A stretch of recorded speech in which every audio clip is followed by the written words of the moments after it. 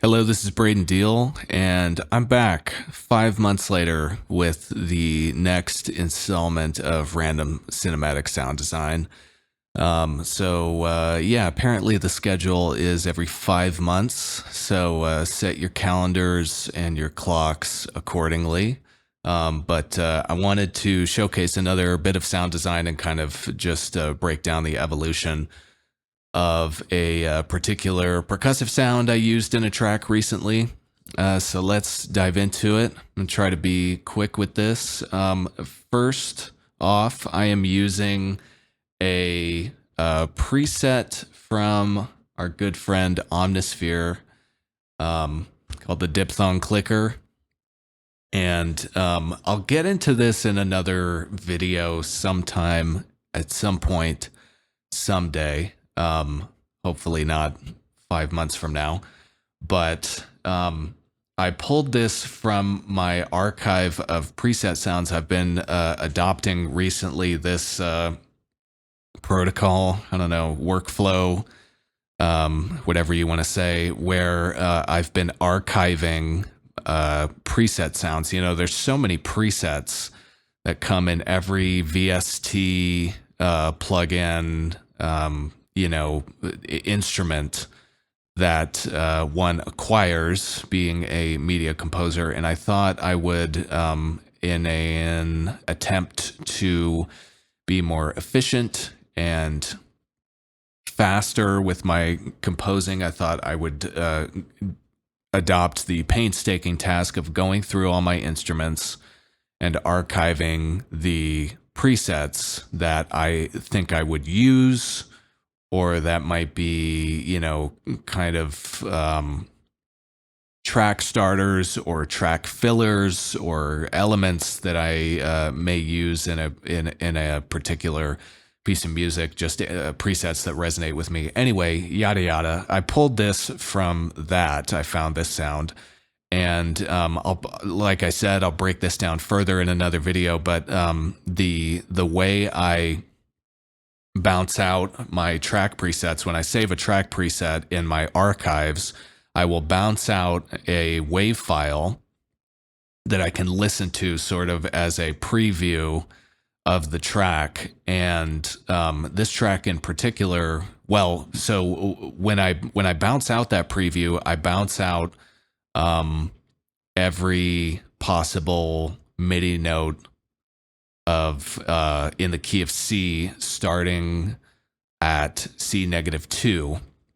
So I start with the lowest C note and then go up an octave and up an octave until I can't go up anymore. So I have not only the instrument in its kind of main register that covers all the basses basically.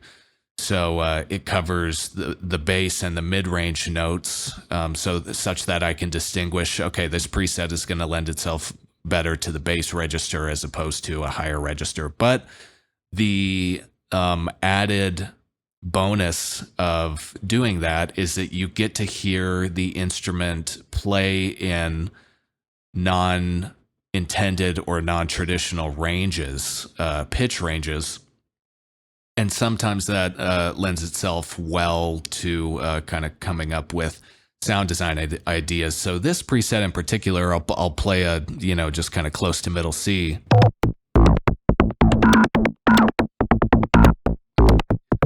You can hear it's tonal, it's very percussive, and I'm not going to break down everything that's going on behind the scenes as far as the modulation. I kind of just took this preset and ran with it. I didn't manipulate it much within Omnisphere, but when I heard it in its lowest register, which is where I'm using it in this track at C-2, I thought it would work well in a percussive way, and often you'll find this when you pitch down very percussive synth sounds, even if they're meant to be used in a higher register. When you pitch them down, they sound very interesting in a sort of hybrid analog percussive kind of way. So I'll play you what that sounds like here at C-2.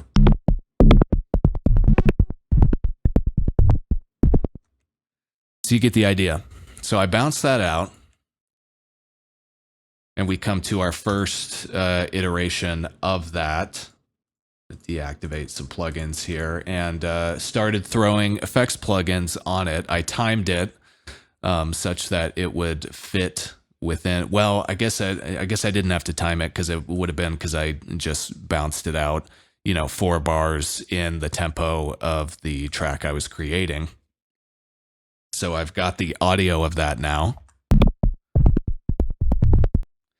And let's see what I started throwing on here. I threw on some OTT,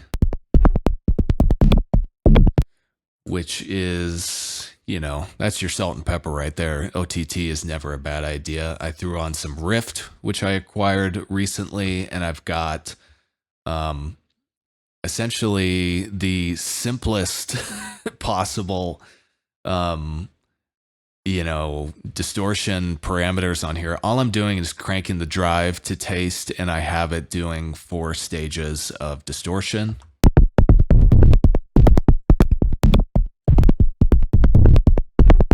Kind of beefing it up. We've got an instance of Volcano 3, the filter from Fab Filter, on here. And that is, it looks like that is following I have, the pretty simple low pass, low cut. I always forget what to say. I'm cutting the highs, and I have a transient follower modulating the frequency such that whenever sharp transients are coming through, it's going to open up the filter a little bit. That sounds like this.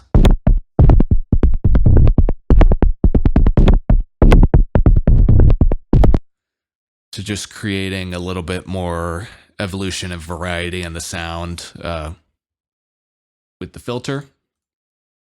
I've got an instance of tape saturation, the Studer from UAD, just kind of softening the sound a little bit, taking out some harshness and imbuing it with some analog warmth.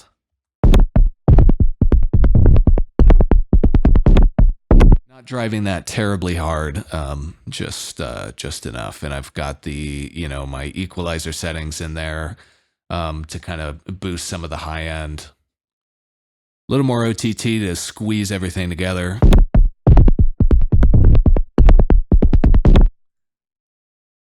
And some Pro Q3, which, as you can see, is doing quite a bit. So final result.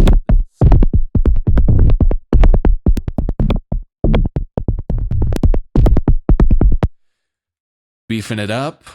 And now let's take it a step further. We've got that bounced out now, and now we're going to add some dispersion. Love this plugin.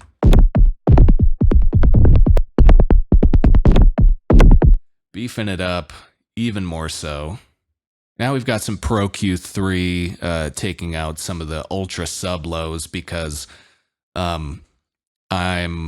those were building up as a result of the OTT and the disperser, and I didn't need much more of those. And also, when you're designing sounds, you want to try to determine pretty quickly in what capacity, frequency-wise, what is the task that this particular instrument sound, whatever, is accomplishing. And in this track, I had some other elements taking care of the sub range, including basses and low hits. And so I didn't need too much build up in this instrument, as it's, you can hear it's got the lows, it's got the mids, it's got the clicky sort of high end. It's kind of a full spectrum frequency thing. And it's filling out, it's doing quite a bit. But I didn't need it doing too much in the sub range, which is why I cut that. Some nice clipping.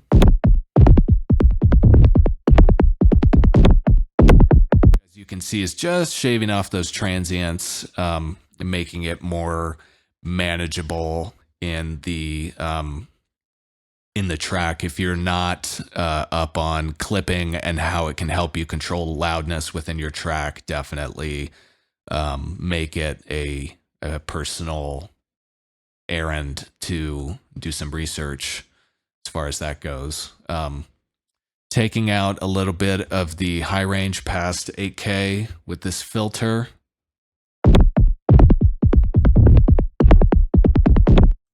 Just to kind of hone it in. That high range would have been building up from the OTT. And did I use a... Yeah, I got a particular setting on there as far as the filter goes, but nothing crazy. Could have used a Pro Q3 for that. Not sure why I didn't. Oh well. And lastly, I've got a brick wall limiter, which is just doing some additional work along with the clipper to kind of squeeze everything together and hone everything in. So it's not too dynamic. I want all those hits pretty close together as far as peak level, and you can kind of see it's pretty uniform already, but this is just kind of giving it some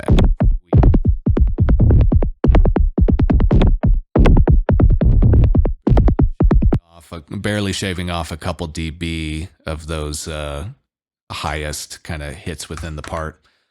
So then we bounce that out, and we've got this. And we're going to do, yet again, even more processing to that sound. Doing some boosting of the mid-range so that it's not too scooped and that things translate well on the sound system.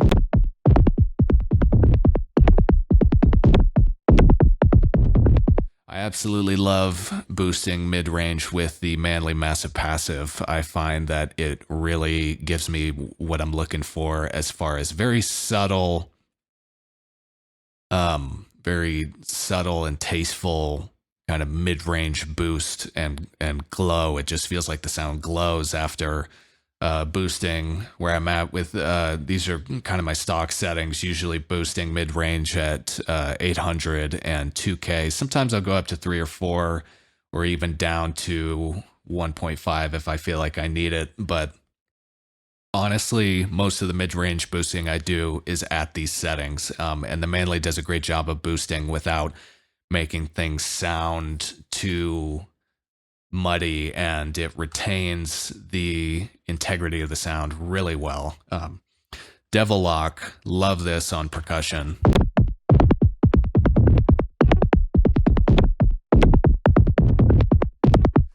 And you can see my crush setting is at 1, and release is on fast, and the mix is on 5. So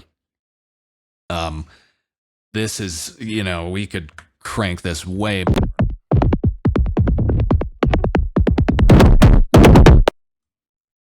You can kind of hear there what the Devil Lock is capable of, but using subtle settings, kind of similar to OTT, you can, and even, I'm not sure if I experimented with this sound, but it's always good to crank settings like this and see how far you can push a sound. But sometimes you can push a sound even farther than you think you can by using subtle settings and multiple instances. So like low mix settings and low, compression settings, saturation, whatever it is, using low settings and multiple instances of the plugin. Sometimes that beats using one instance with very high settings. So always good to experiment with that. Doing some compression, and I have the Pro C2 compressor, and I have the release timed to, I have a calculator that, breaks down. I can input the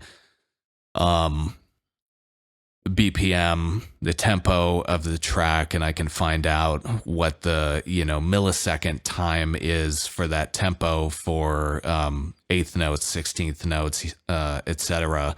So doing some compression, again, controlling dynamics because we haven't done enough of that already, but also imbuing some groove compression here by timing the release settings.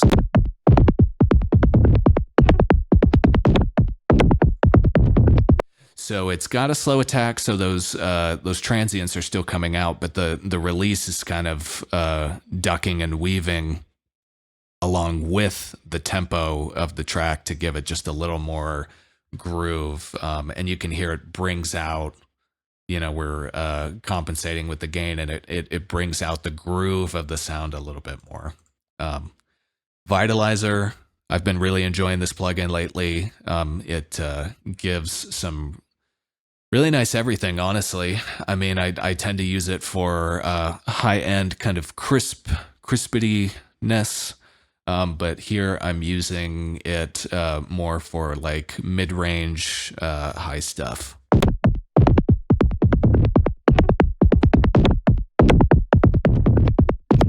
And it just gives it a nice kind of saturation as well.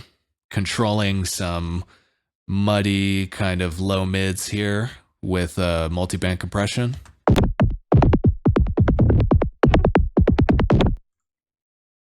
And then got some Gullfoss on here. Again, not super drastic settings. I find that Gullfoss is a helpful sound design tool with regard to just kind of translating sonically the sound in a particular way, and also just kind of honing everything in. You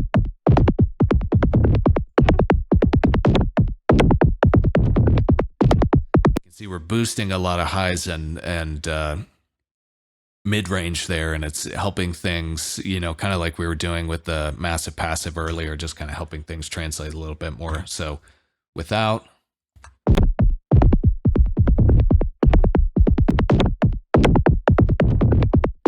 with, and you can hear that round of effects in particular kind of got us a little bit closer to that desired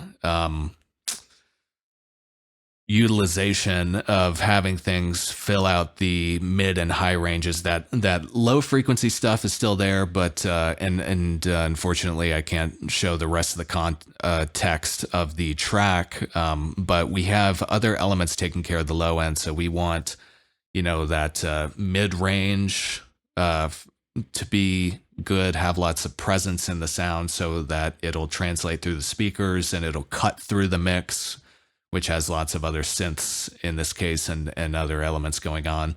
And also has that top end, so we get that, kind of crisp attack imbued for the transient percussive aspect of the sound.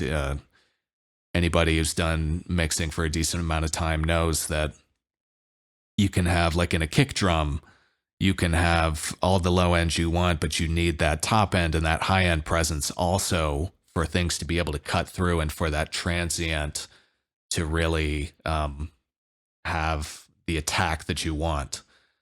So we bounce that out, and the very last thing is an instance of Uberloud, which I acquired recently and have really been enjoying.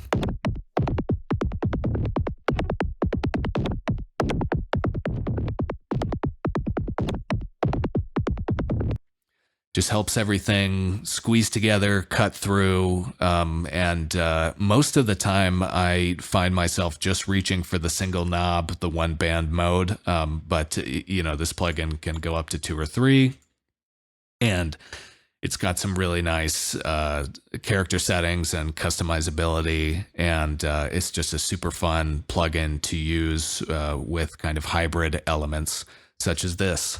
So let's see. Let's do a comparison of where we started.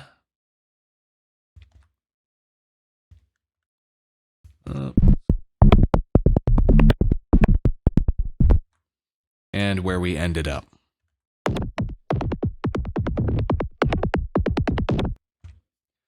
So there's that sound design breakdown. Thanks so much for watching. Hopefully you gleaned some information from this. Let me know what you think in the comments, and I will see you next time.